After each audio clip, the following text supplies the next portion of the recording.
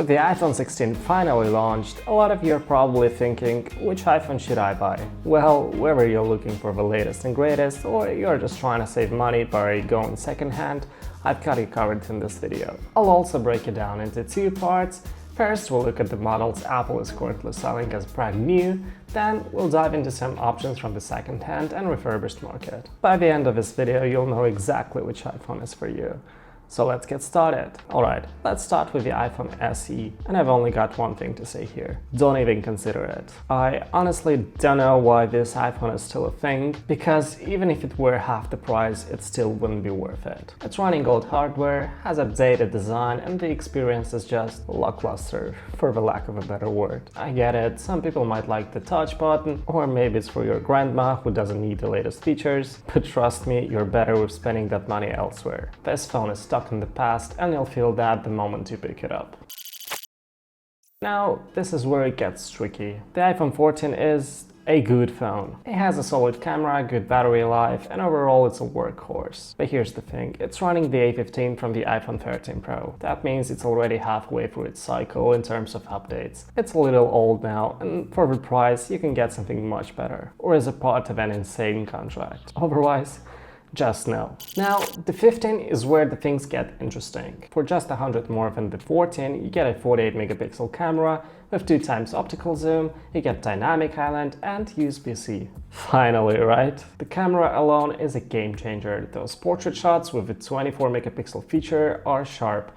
And the new USB-C port, even though it's still 2.0, is still an improvement. The iPhone 15 is just an all-around great option for most people. If you want more details on the iPhone 15, I actually made a 1-year review of that phone, so feel free to check it out. Now for the iPhone 16, at another 100 more than the iPhone 15, you get some notable upgrades. You get autofocus on the ultra-wide lens, macro photography, better battery life, if Apple is to be believed, A18, and of course, Apple Intelligence. But don't forget that Apple Intelligence won't be available for the next 6 months, so you probably won't notice a huge difference right now. Sure, you'll get 2 extra years of updates because of a new chip, but is it really that important to you? I don't think the extra 100 over the iPhone 15 is justified unless you're planning to keep the iPhone 16 for the next 4 to 5 years, let's say. Alright, if you've got the budget and want the latest and greatest, the iPhone 16 Pro is a no-brainer. You're getting a better screen, better camera, improved battery life, USB-C 3.0, a titanium chassis, and a really premium feel. It's got everything. Honestly, if you want the best Apple has to offer, just get the iPhone 16 Pro. It's that simple. But if you're anything like me and you're always on the lookout for the best value, the second-hand market has much better options than everything that Apple is currently offering. Let's talk about that. If you're looking for the best value, hands down, it's the iPhone 15 Pro. You can find it on the second-hand market for less than the price of a new iPhone 16 base model. And you're not missing much, even compared to the iPhone 16 Pro. You get the same 48 megapixel camera, Apple Intelligence, dynamic island, titanium chassis. Yes, it doesn't have a 48 megapixel ultra-wide lens, but are you really going to print pictures taken with the ultra-wide lens of the iPhone? Because if not, there's no reason for a 48 megapixel ultra-wide lens. To be honest, the 12 megapixel ultra-wide lens on the 15 Pro will take better pictures in low light, which in my opinion is better than having a bigger resolution. And if you want the 5x lens on the smaller model, you can just zoom in from the 3x lens because the iPhone 15 Pro has an auto portrait mode feature. So even if you zoom from a 3x to a 5x, it will still take a portrait shot. The quality also shouldn't be too bad as long as there's enough light. Also, it doesn't have a new camera control button, but if I'm being honest, you'd probably end up using it more by accident. I myself don't see much use to it, at least when we're talking about the standard camera app, that is.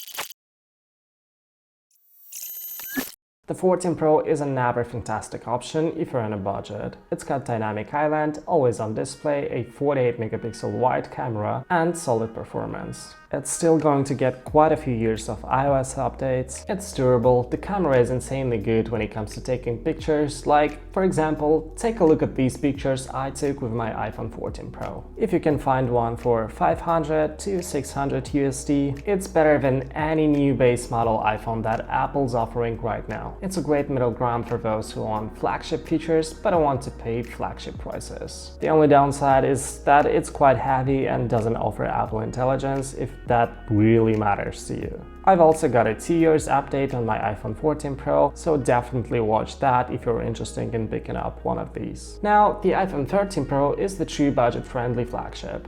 It still has a 120Hz, stainless steel body and a fast CPU with great cameras. It's perfect for those who want great cameras, a fast and durable phone, but aren't too concerned about having the latest and greatest. If you find one in great condition for $400 or maybe let's say $450, I'd say go for it. But remember, it's getting older, so don't expect more than 3 to 4 years of iOS updates. Finally, if you're not comfortable buying used or on the second-hand market, but you still want to save some money, Apple certified refurbished is a safe bet. Like for example, you can get an iPhone 14 Pro for around $679, which is a solid $220 off. The beauty of certified refurbished is that Apple rebuilds the phone from scratch. It's basically a new phone with fresh battery, screen, cameras, chassis, basically everything is new except the main board. And you're still getting the same warranty as on a brand new device. I've personally had great experience with Apple refurbished products and I highly recommend this route. Just avoid third-party refurbished options like Amazon or eBay. Those simply don't hold up to Apple standards. They even come often with scratched screens, old batteries and used parts. It's just not worth it.